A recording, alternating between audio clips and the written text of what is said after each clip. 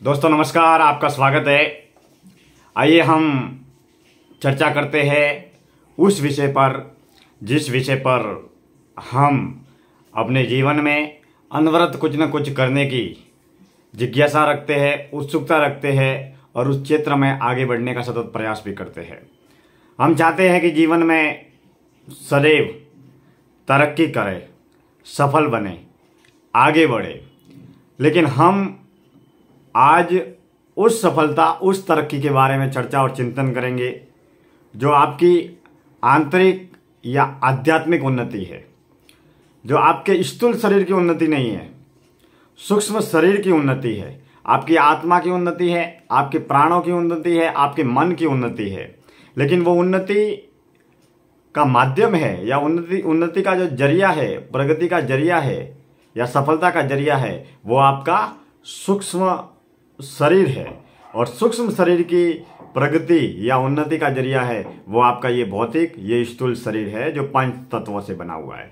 जब हम तमाम सांसारिक विशेषताओं, उपमाओं, पद पदवियों, प्रलोभन और तमाम सांसारिक अहंकार से जब हम मुक्त हो जाते हैं, जब साधक का जीवन सात्विक कर्मों के जरिए साधना करते हुए सच्चे समर्पण के भाव के साथ में कुछ भी पाने का भाव जब मुक्त हो जाता है, कुछ भी पाने का भाव आपके अंदर नहीं है, तब आप उस सच्चाई को, उस सत्य को उपलब्ध होते हैं और उस सत्य की यात्रा में सदैव आगे बढ़ते चले जाते हैं।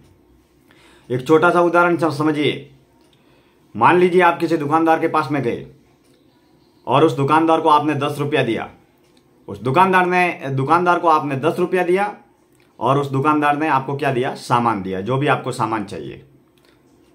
अब उस दुकानदार ने आपको सामान दिया, इसके लिए आपने उसको 10 रुपया दिया और आपने उसे 10 रुपया दिया, इसके लिए उसे सामान दिया। तो ये क्या है? दुकानदारी है, ये व्यापार है जहां पर कुछ न कुछ पाने का भाव है।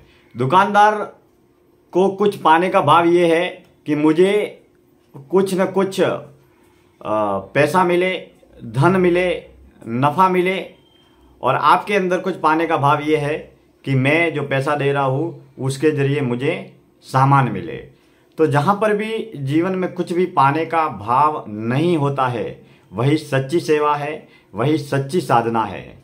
तो हम भी हमारे जीवन में जब भी सत्य से जुड़े, ईश्वर से जुड़े, परमपिता परमात्मा से जुड़े या साधना से जुड़े, तो कुछ भी पाने का भाव सदैव आपका मुक्त हो जाएगा।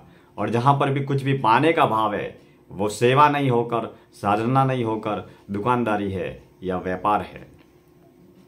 इस बात को हम अगर ऐसे समझे, आंतरिक आध्यात्मिक दुनिया और साधक के स्तर पर समझे, तो साधक सच्चे कर्म करता है, सेवा करता है या साधना करता है, पूजा करता है, भक्ति करता है। तो साधक के अंदर भी ईश्वर को भजने का, आत्मज्ञान पाने का, मोक्ष को पाने का या परमपिता परमात्मा को पाने का भाव होना चाहिए। लेकिन सात्विक कर्मों के जरिए, नेक कर्मों के जरिए होना चाहिए, ताकि ज्यों जितने हमारे सात्विक कर्म होंगे उतनी ही हमें साधना में बल मिलेगा, उतना ही हमारा अंतःकरण और चित्त की वृत्ति पवित्र होगी, हमारा मन पवित्र होगा, हमारा दिल और दिमाग पवित्र होगा।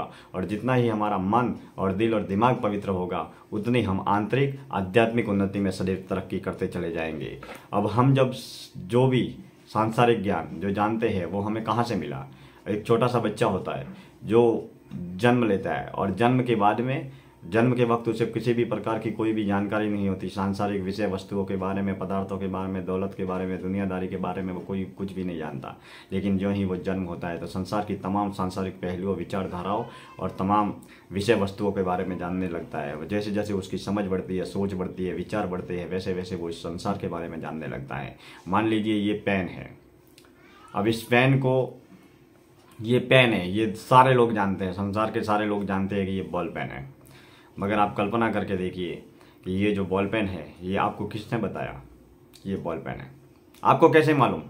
जन्म के वक्त आपको मालूम था क्या बॉल पेन है? लेकिन आपको किसने बताया? ये आपको सबसे पहले आपके माता पिता ने बताया होगा, ये घर परिवार के लोगों ने बताया होगा, या आपके अध्यापक ने बताया कि ये जो है इसको हम बॉल पेन कहते हैं। अब आप किसी टेबल को देख रहे हैं और आपको किसी ने बताया कि ये टेबल है, तो आप उसको देखकर क्या कहते हैं? टेबल है। तो इसी तरीके से संसार के जितने भी विषय वस्तु है, पदार्थ है, वो हमको जो लोगों ने बताया है या हमने जो पढ़कर लिख कर या किसी ने बोलकर हमें जो बताया है, वह हम संसार के बारे में सारी चीज़ें वही जानते हैं जो हमको बताया गया है, जो हमको समझाया गया है। सत्य यह है कि हम संसार के बारे में कुछ भी नहीं जानते हैं। साधक जब आंतरिक आध्यात्मिक साधना के स्तर पर अनुभव और अनुभूति के जरिए जो जानता है, वही जीवन का सत्य है। बाकी सब मिथ्या है, भ्रम है और झूठ है। लेकिन हम तभी इस बात को जान सकते हैं जब हम सत्य की राह पर चले, और सत्य को पाने के लिए आपको सत्य की राह पर चलना पड़ेगा, सात्विक कर्मों पर चलना पड़ेगा। आज इतना ही। दिल से धन्यवाद।